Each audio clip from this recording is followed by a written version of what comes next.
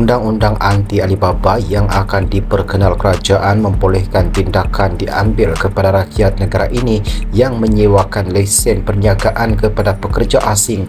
Menteri Ekonomi Rafizi Ramli berkata, isu Alibaba yang semakin berleluasa berpunca akibat lambakan pekerja asing apabila negara terlalu bergantung kepada mereka, terutama bagi sektor 3D iaitu kotor, bahaya dan sukar. Tanya majikan kata orang kita tidak mahu buat kerja dalam industri tertentu. Yang berlaku sekarang adalah kesan dari berpuluh tahun yang lalu. Apabila pekerja asing sudah ramai, orang kita pula pergi sewakan dan bagi lesen dengan cara Alibaba untuk mereka buat perniagaan. Sebab itu, Akta Anti Alibaba membolehkan tindakan diambil kepada rakyat Malaysia yang mengalibabakan lesen dan lain-lain kepada pekerja asing tanpa menepati syarat-syarat, katanya dalam hantaran di aplikasi X hari ini. Sehubungan itu, kata Rafizi, antara langkah mengurangkan kehadiran buruh asing dalam negara adalah menetapkan sasaran pengurangan pekerja sedemikian secara berperingkat menjelang 2030. Kementerian Ekonomi yang merangka rancangan Malaysia akan memuktamadkan sasaran pengurangan pekerja asing secara berperingkat menjelang 2030, katanya. Pada 14 Julai lalu, kerajaan dilaporkan akan memperkenal Undang-Undang Anti Alibaba dalam usaha menghapus amalan berkenaan dalam sektor ekonomi di negara ini.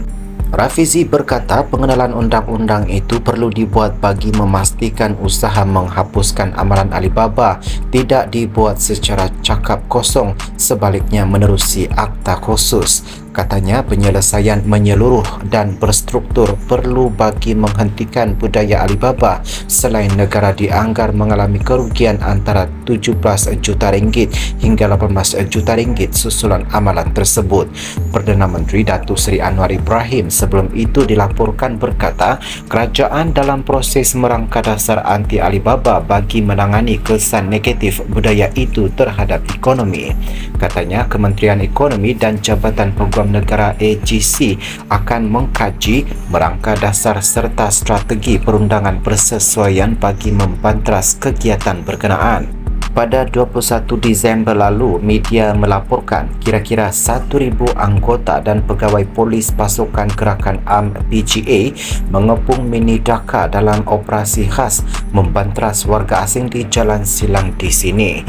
Kepungan bermula pada pukul 11 pagi itu bagi menyerbu kebanjiran warga asing dilihat semakin besar kepala membuka perniagaan selain berlagak seperti warga tempatan.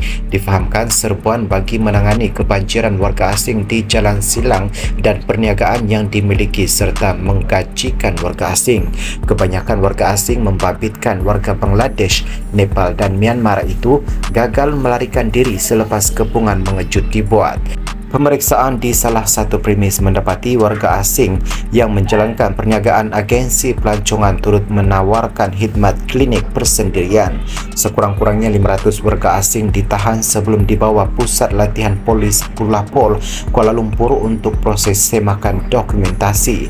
Pada Mac lalu, Timbalan Perdana Menteri Datuk Seri Dr. Ahmad Zahid Hamidi dilaporkan berkata kerajaan menyasarkan hanya 20% pekerja asing menjelang 2030 bagi memastikan semua majikan dan pemain industri mengemukakan tenaga kerja tempatan.